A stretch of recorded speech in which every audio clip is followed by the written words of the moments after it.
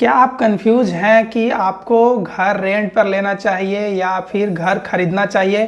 तो आज मैं आपको इस वीडियो में यही बताने वाला हूं कि आप डिसाइड किस तरह से करेंगे कि आपके लिए घर खरीदना सही होगा या फिर रेंट में लेना सही होगा। तो इस वीडियो को लास्ट तक देखें, पूरा देखें और मैं आपको इस वीडियो में आपका जो भी कन्फ्यूजन है वो पूरी तरह से ख़त्म कर दूंगा। जैसा कि हम इंडियंस हैं और सभी इंडियंस का एक सपना होता है कि हमारे पास एक घर हो जिसमें कि हम अपनी पूरी फैमिली के साथ उसमें रहें, और बहुत सारे लोगों का उस घर से काफ़ी इमोशनल कनेक्शन होता है। जैसे कि हमारे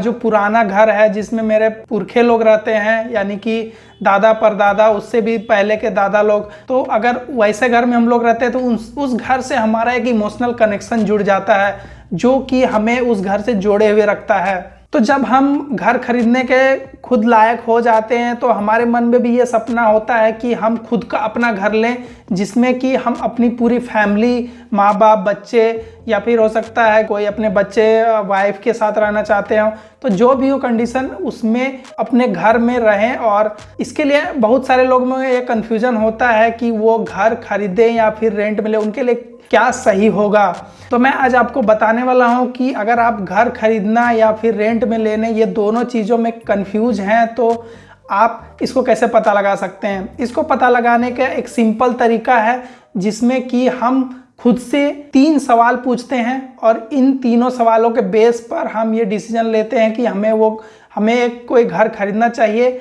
या फिर रेंट पे लेना चाहिए। तो इन तीनों सवालों को चलिए एक एक करके डिटेल में जान लेते हैं। तो इनमें से पहला सवाल है कि क्या आप जहां पर अभी घर लेना चाहते हैं उस घर पर या उस लोकेशन पर आप 10 साल तक रहना चाहेंगे? आखिर ये सवाल रिलेवेंट क्यों है? ये सवाल इसलिए रिलेवेंट है क्योंकि अगर आप अभी घर ले लेते हैं तो घर केवल लेने से नहीं होता है, लेने टाइम आपको बहुत सारे चार्जेस देने पड़ेंगे। और अगर आप 10 साल तक उस घर में नहीं रहेंगे और उससे पहले ही 5 साल, 4 साल, 3 साल में अगर आप उस घर को बेचकर किसी और जगह पे घर लेना चाहेंगे तो आपको ये महंगा पड़ेगा रेंट लेने से। क्योंकि ऐसा होता है कि जब हम घर खरीदते हैं उस टाइम भी हमें बहुत सारे चार्जेस देने पड़ते हैं, और जब हम घर बेचते हैं उस टाइम भी रजिस्ट्रेशन चार्जेस और भी बहुत सारे चार्जेस होते हैं जो कि हमें पे करने पड़ते हैं, जो हमें विजिबल नहीं होते हैं जब हम लोग सोचते हैं घर खरीदने के टाइम पे।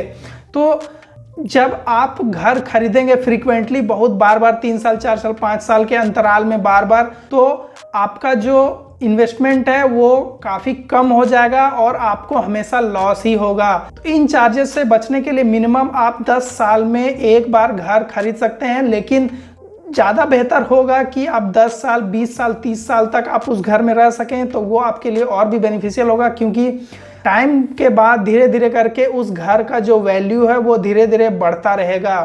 और आपको ये कैपिटल एप्रिसिएशन भी देगा, और आपके लिए ये एक कैपिटल गेन भी होगा जो आपके लिए इन्वेस्टमेंट की तरह काम करेगा। तो अगर आपका आंसर हाँ है तो आप नेक्स्ट सेकेंड सवाल को खुद से पूछ सकते हैं कि क्या आपका प्रोफेशनल और पर्सनल लाइफ स्टेबल है? ऐसा इसलिए पूछा जाता है खुद से क्योंकि अगर आपका पर्सनल और प्रोफेशनल लाइफ सेटल नहीं है, स्टेबल नहीं है, तो हो सकता है कि आप जिस जगह पर आप अभी घर खरीदना चाहते हैं उस जगह पर ना रह के आप फ्यूचर में कहीं और शिफ्ट हो जाएं, या फिर आपका जो पर्सनल लाइफ है, अगर अभी आपकी शादी नहीं हुई है, बच्चे नहीं हुए, या फिर आपका पर्सनल लाइफ स्टेबल नहीं है, तो हो सकता है आप उस जगह पर ना रहें, बाद में आपको बड़े घर की ज़रूरत पड़े तो आपको ऐसा लगेगा कि मैं इस घर को खरीद कर फंस गया हूँ। तो इन सब से अच्छा है कि अगर आपका अभी पर्सनल लाइफ और प्रोफेशनल लाइफ दोनों स्टेबल नहीं है तो आप अभी घर रेंट पर लेकर ही रहें, आपके लिए ज़्यादा बेहतर होगा। और इसमें एक टर्म एंड कंडीशन और भी है कि अगर आपका एज अभी 20 साल, 25 साल, 30 साल है तो अभी फ़िलहाल आप घर ना खरीदें। इस समय में ऐसा होता है कि अभी हमारी इच्छाएँ और डिजायर, ये वांट्स अभी बहुत आगे जाके बढ़ सकती हैं। इस वजह से हो सकता है कि अभी आपको जो घर पसंद है वो घर आगे चल के पसंद ना आए। हो सकता है आप बड़े घर में रहना चाहते हो, इसलिए आगे चल के आपको हो सकता है अपने इस घर खरीदने के डिसीजन पर रिग्रेट हो और ये आपके लिए एक अच्छा डिसीजन साबित नहीं होगा।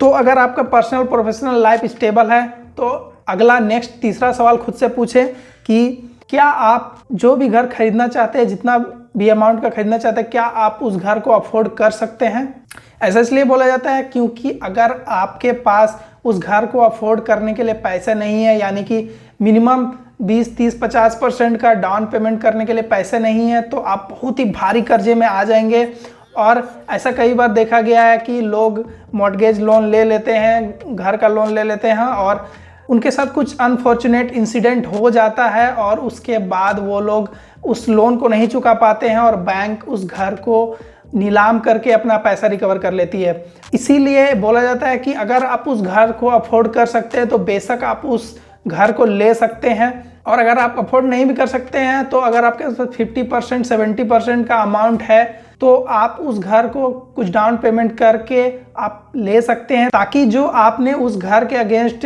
ईएमआई लिया है घर खरीदने के लिए, वो ईएमआई आप कंटिन्यूअसली पे करते रहें, जिससे कि बैंक आपका उस घर को नीलाम ना करे और आपका जो घर है वो बचा रहे। तो आप ये 3 सवाल खुद से पूछें और इन तीनों सवालों का आंसर अगर हाँ है तो आप बेशक घर खरीद सकते हैं, आपको रेंट करने की ज़रूरत नहीं है और इसके बाद अपनी फैमिली के साथ उस घर में रह सकते हैं, पूरी आनंद के साथ रह सकते हैं। तो आज के लिए इतना ही, बाय बाय।